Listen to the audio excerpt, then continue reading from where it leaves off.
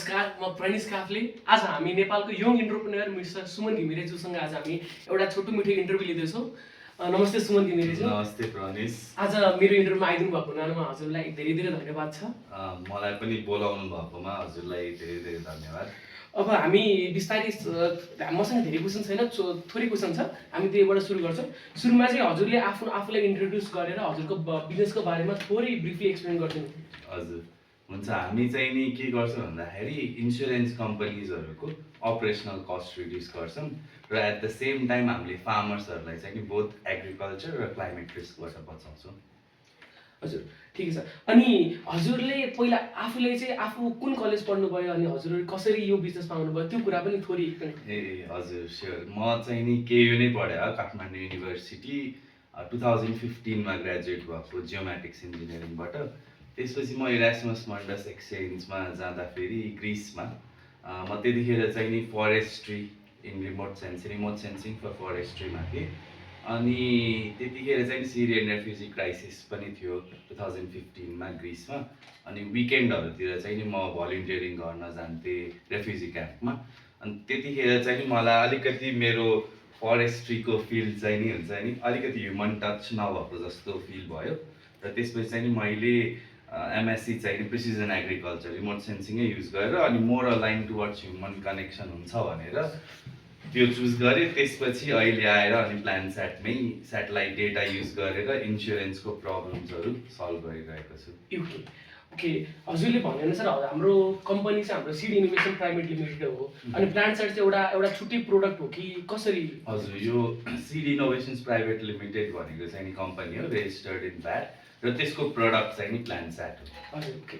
अनि हजुरले यो एउटा इन्टरप्रेन्योर जर्नी सुरु गर्दाखेरि हजुरलाई सुरुमा चाहिँ कस्तो च्यालेन्जेस भयो, हजुरलाई कसरी अगाडि बढ्नुभयो त्यो कुरा चाहिँ? यो च्यालेन्जेस सुरुमा भनेर हुँदैन, यो च्यालेन्जेस हरेक स्टेपमा आउँछ कि। सो यो च्यालेन्जलाई नै एप्रिसिएट गर्नुपर्छ र त्यसलाई कसरी ट्याकल गर्ने, कसरी फास्ट एक्जिक्युसन गर्ने हुनुपर्छ टप प्रायोरिटी। जस्तै कस्तो हुनुपर्छ माइन्डसेट भन्दाखेरि यो स्टोइक माइन्डसेट के, जस्तै अब every bad things will happen भनेर प्रिपेयर भएरै बस्ने, so that it would be much faster र एक्जिक्युसन स्पिड नै होला ओभरअल।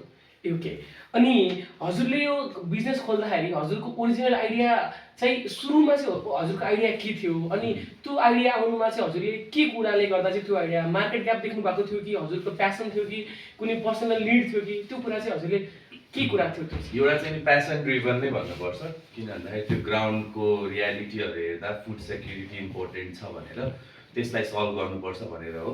र त्यही एक्सपर्टिज जुन रिमोट सेन्सिङको थियो त्यो नै युज गरेर हामी चाहिँ सुरुवातमा चाहिँ नि किसानहरूलाई सेटेलाइट डेटा सिकाउनेतिरबाट स्टार्ट गरेको थियौँ। प्रिसिजन एग्रिकल्चर एप थियो, त्यसमा चाहिँ नि कस्तो हुन्थ्यो, फार्मर्सहरूले problematic areas through satellite data पत्ता लगाउन मिल्थ्यो। त्यो हामीले गऱ्यौँ 2 वर्षसम्म, तर B2C मोडलमा भएको भएर फार्मर्सहरूलाई बिहेभियरल चेन्ज पनि ल्याउनु पर्ने, धेरै एकदम एजुकेसन टिचिङहरू धेरै भएको भएर त्यो B2C मोडलमा हामीले खासै गर्न सकेनौँ। त्यो एउटा फेलियर भयो। तर त्यो फेलियरले के लर्न गऱ्यौँ भन्दाखेरि धेरै चिज लर्न गऱ्यौँ। कस्तो हुनुपर्छ डिस्ट्रिब्युसन च्यानलहरू, direct to customers for farmers एकदम टफ भयो। त्यसैले हामी अनि पिभट गरेर B2B बिजनेस टु बिजनेस गरेर इन्सुरेन्स कम्पनीजहरूलाई, नन लाइफ इन्सुरेन्स कम्पनीजहरूलाई रिमोट रिस्क एसेसमेन्ट सर्भिसेसहरू प्रोभाइड गर्छौँ। अनि हाम्रो हजुरले अघि भनेअनुसार हजुरको चाहिँ हाम्रो यो प्लानसेट प्रोडक्टमा हाम्रो स्याटेलाइट इन्सुरेन्स पनि गर्नुभएको छ अनि एआईमा पनि काम हुँदैछ भन्नुभएको थियो, त्यो कुरा पनि एकचोटि क्लियर गर्नु। हजुर, हाम्रो 2टा भर्टिकल छ। फर्स्ट भर्टिकल चाहिँ क्रप इन्सुरेन्स हो। क्रप इन्सुरेन्समा हामीले अहिले पहिला चाहिँ नि इन्डेमनिटी बेस्ड इन्सुरेन्सको डिजिटाइजेसनमा फोकस गऱ्यौँ।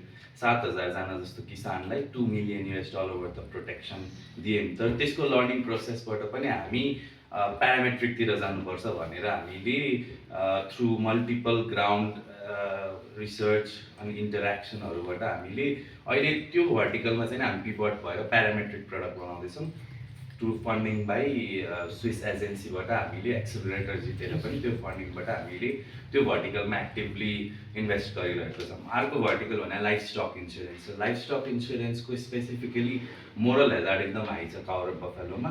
र त्यो मोरल हेजार्ड जस्तै फर इक्जाम्पल प्रणिससँग 10वटा भैँसी छ होइन, तिमीले 3टाको भैँसीको मात्र बिमा गर्यो र लास्टमा अर्को बिमा नगरेको भैँसी मऱ्यो भने पनि अर्को बिमा भएको भैँसीको कानको एट्याक ल्याएर यता राखिदियो भने त त्यो पनि क्लेमेबल भयो। सो मोरल हेजार्ड फल्स क्लेम्सहरू एकदम हाई छ र त्यो भएर हामीले यो भैँसीको नाकको आधारमा ट्र्याकिङ, जस्तै तिमीलाई त थाहा नै छ यो फिङ्गरप्रिन्ट सबैको युनिक हाम्रो भएको जस्तै गाई र भैँसीको मजल प्याटर्न युनिक हुन्छ। सो त्यसैको आधारमा हामीले टन्स अफ यो गाई भैँसीको नाकको डेटा लिएर आएर हामीले एआई मोडलमा ट्रेन गरेर यो ओभरअल अब्जेक्टिभ चाहिँ नि यो इन्सुरेन्सको पेनिट्रेसन बढोस्, रिमोटभन्दा रिमोट एरियाजमा पनि एजेन्टहरू जाँदा यो एयर ट्यागको लाउने प्रोसेस, पेनफुल प्रोसेस लिएर जानु नपरोस्, just with the simple click of picture चाहिँ नि त्यो डेटा रेकर्ड होस्, स्मार्ट ट्र्याकिङ होस् भनेर त्यो भर्टिकलमा काम गरेको। सो दुईवटा भर्टिकल एकदम इनोभेटिभ आइडियालाई सुन्दाखेरि। अनि हजुरले अघि प्यारामेट्रिक इन्सुरेन्स पनि भन्नुभएको थियो,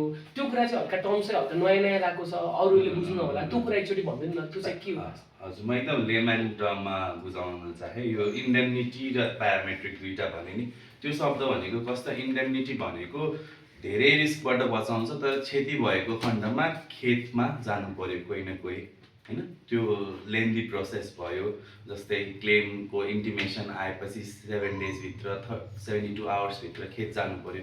त्यो प्रोसेसले गर्दा क्लेम सेटलमेन्ट एकदम लेन्दी भएको छ। यो प्यारामेट्रिक भनेको नामले नै सजेस्ट गर्छ प्यारामिटर। सो केही प्यारामिटरको आधारमा ट्रिगर सेट हुन्छ, त्यसपछि क्लेम सेटलमेन्टको लागि खेत गइराख्नु पर्दैन। फर इक्जाम्पल हामीले अहिले मकै स्प्रिङ मेजमा बनाउँदैछौँ, त्यसमा 39 degree Celsius for 5 days district wise different हुन्छ।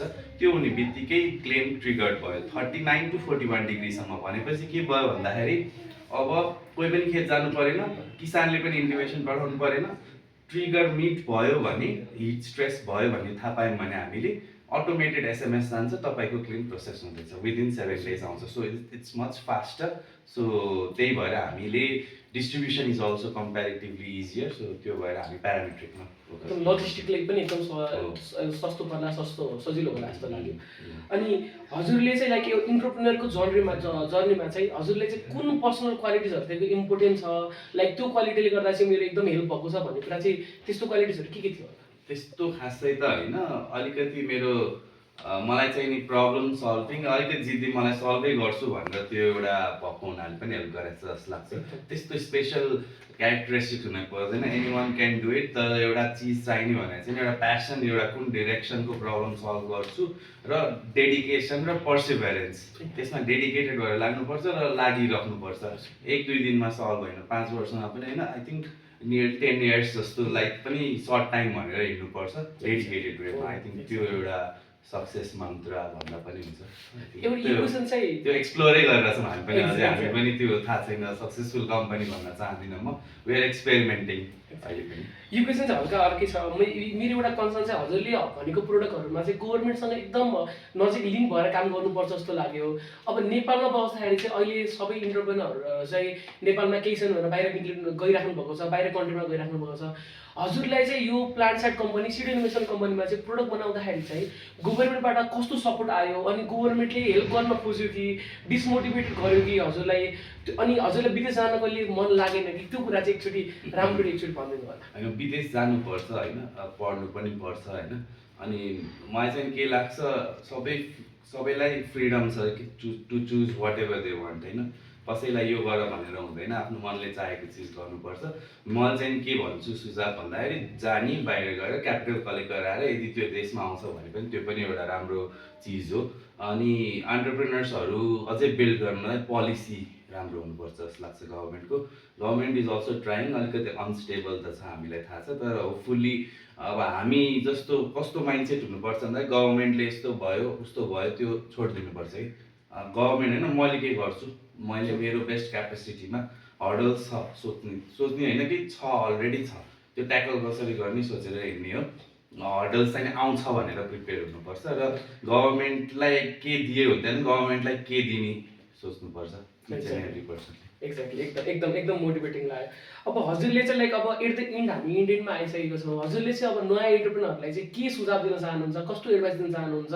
लाइक अहिले चाहिँ कलेज पढेर जब मात्र गर्नुभन्दा पनि नयाँ इन्टरप्रेनर भएर नयाँ जर्नी गरेर आफ्नै कम्पनी खोलेर देशको लागि अथवा आफ्नो लागि केही गर्न खोज्नु भन्ने इन्टरप्रेनरहरूलाई चाहिँ के सुझाव दिन चाहनुहुन्छ? मलाई त हुन्छ नि, युनिभर्सिटी डेज और इभन हाई स्कुलदेखि नै केही सुरु गर्नुपर्छ जस्तो लाग्छ एटलिस्ट एउटा Exactly. अर्निङ गर्नलाई जुन हाम्रो केही पढ्दाखेरि बेलातिर त अझै रेयर थियो होइन सबैजना जब माइन्डसेट नै हुन्थ्यो सो आई थिङ्क युनिभर्सिटीको पनि एउटा रोल हुन्छ होला अझै इन्करेज गर्ने केही त अझै अहेड छ होइन जस्तै हामी केहीमा पढ्दाखेरि नि एकदम एक्सपोजरहरू पाएको थियौँ कम्युनिटी एजुकेसन प्रोजेक्ट्सहरूमा ग्राउन्ड इन्टरेक्सन म त भन्छु अझै ग्राउन्डमा मजासँग भिज्ने मान्छेसँग कुरा गर्ने कस्टमर पोटेन्सियल कस्टमरसँग उहाँहरूसँग गएर बसिदिने होइन त्यो त्यसरी जसरी इन्टरेक्सन प्रब्लम बुझ्नतिर लाग्नुपर्छ रादर देन सिधै सल्युसनतिर भन्दा एक्ज्याक्टली अब इन्डमा चाहिँ हजुरको एज अ बिजनेस अनरमा चाहिँ हजुरको एकदम प्राउडेस्ट मोमेन्ट के थियो होला त्यो कुरा चाहिँ मलाई चाहिँ नि